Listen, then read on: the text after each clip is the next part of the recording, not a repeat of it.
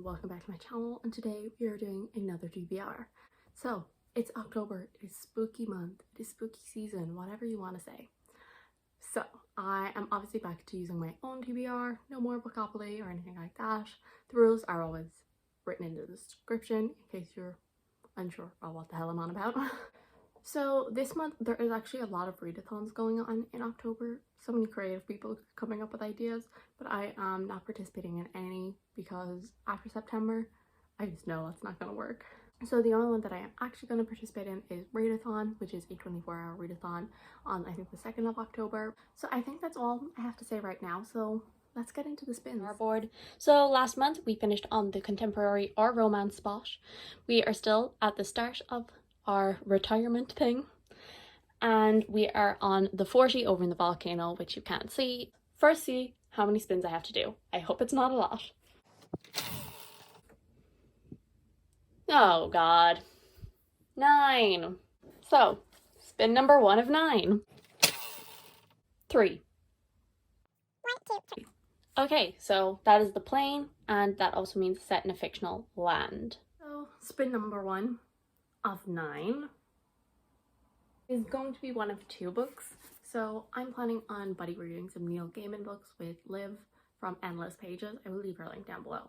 And I currently own 2. I'm not sure which one we're going to buddy read, but either Neverwhere or Stardust. I know both of these aren't fully set in a fictional world, but this one I think there's like a magical world under London, and in this one I know there's a wall, from my understanding of the movie, which I know this is very different from the movie, but still.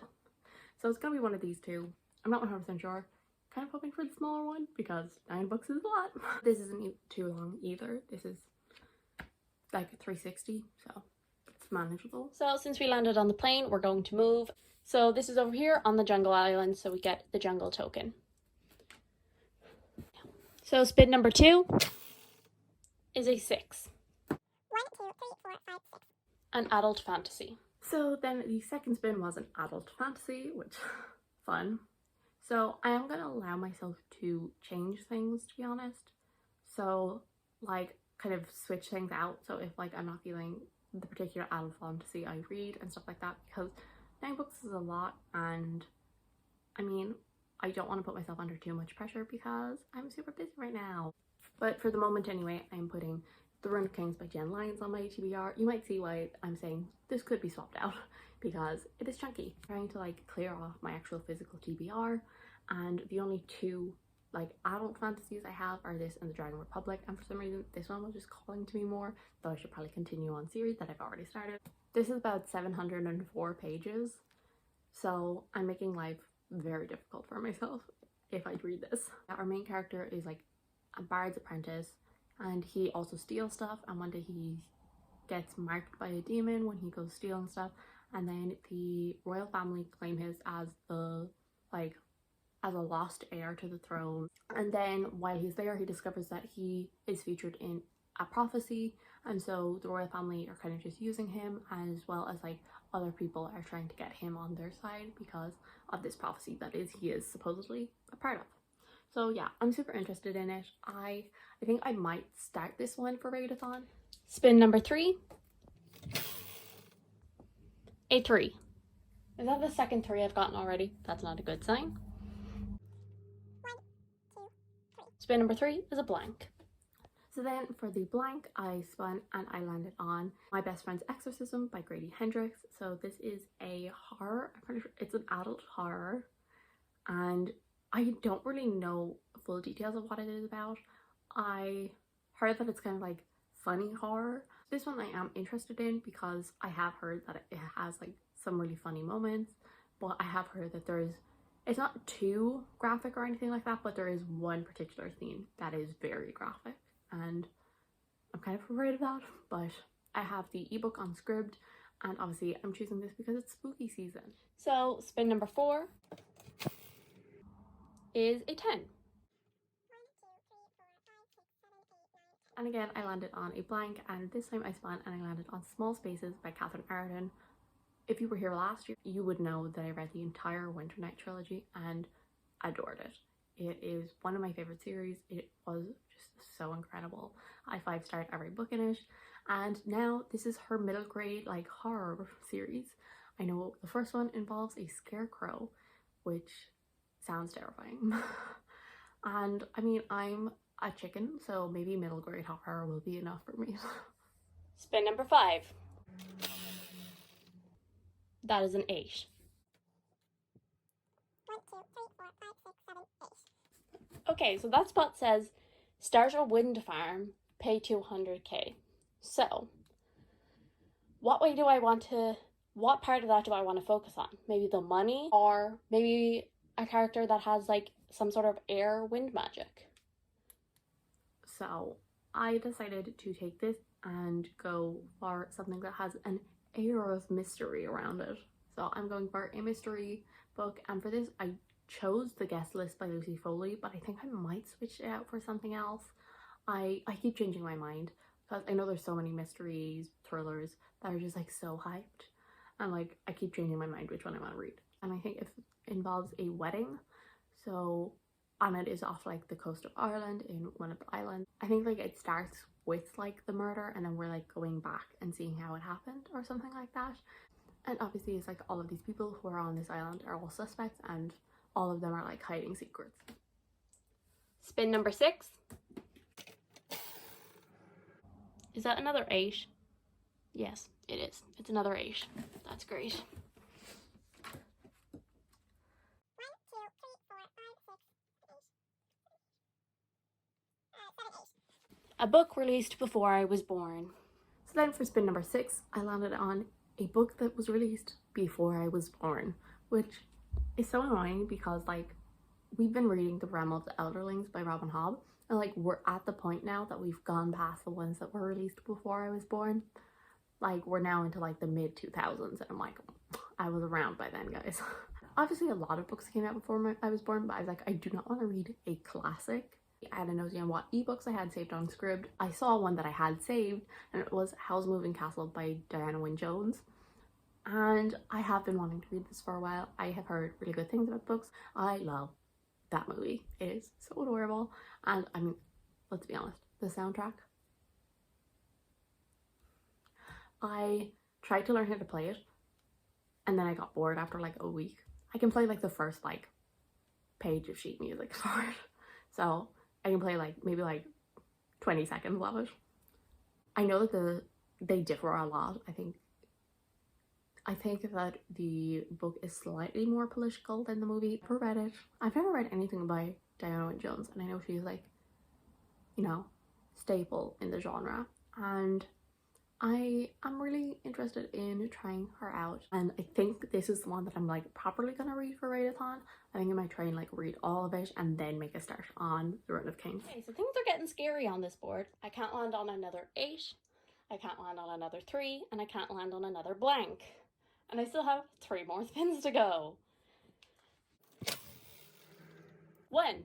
Okay, that's safe. We'll twist the board around.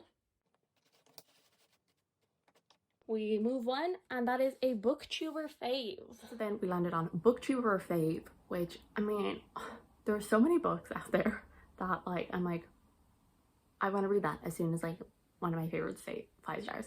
I was like trying to think, who do I think I have pretty similar tastes to? Obviously you're never going to find someone who has the exact same reading taste as you, but usually you can find someone who is like fairly similar. So the 2 I was thinking of was Jade from Jade Reads, which I mean probably would have been a better fit because Readathon could have read one of her favorites, but whoops. But in the end I decided to go for Rowan from Wandering Through Worlds. So I feel like a lot of the time we have very similar tastes. This year she has been screaming about 2 books. So those are Middle Game by Sean McGuire and Black Sun by Rebecca Roanhorse, and I decided to read one of those, and so I'm going to be reading Black Sun by Rebecca Roanhorse. So spin number 8 is going to be, that is a 2. 1, 2 is a book club pick. So then next I landed on a book club pick, which was great because obviously I'm participating in Elderling Launch, and we are on to the 4th series in the Realm of the Elderlings, and this month we are going to be reading Dragon Keeper, obviously by Robin Hobb. So this is the first book in the Rainwells series. And yeah, this one I'm very interested in this. I have heard some mixed things about it. This seems to be her lowest rated series in the realm of Elder Wings. I think it is because it is more leaning towards YA than it is like adult epic high fantasy as her other one. As you can guess from the title, it is about dragons. So like mentions of dragons have been happening all of the way through the entire series. So I'm very excited to read books, and I'm pretty sure they're from the dragons like perspective, which I'm so intrigued about. I hear that they're quite weird. They're quite strange. And so I'm very excited. So hopefully this is our final spin. That is a 5.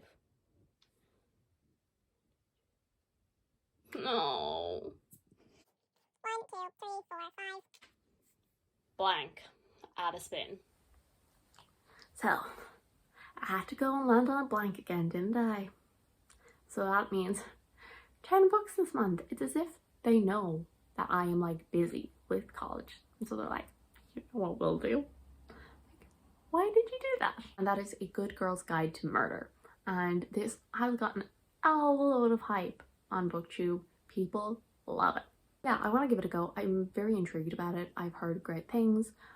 And I know that it follows a character called Pip, and she is doing her final school project, and she decides to look into a case that happened in her small town a few years before, where a girl was murdered and the boyfriend was blamed for it, and she doesn't believe that this is actually what happens, and so she starts looking into it.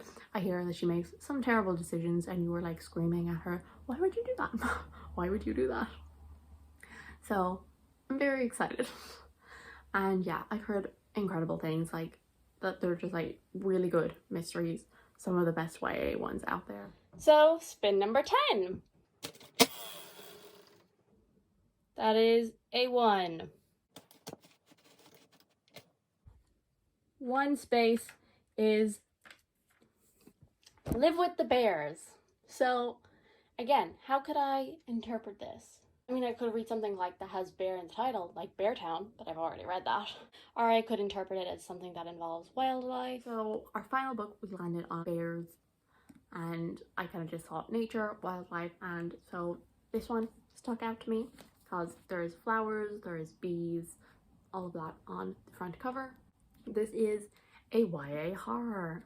I'm really looking forward to this. I mean, the atmosphere that she created in House of Salt and Sour was incredible, and I'm sure she will do it again in this. This one, I think it follows a girl in a small town. You can't really escape from this town, and then one day strange things start happening. There is like this old story about these creatures, and I think soon they discover that these creatures might actually be real, and I'm sure our main character is going to try and do something about it.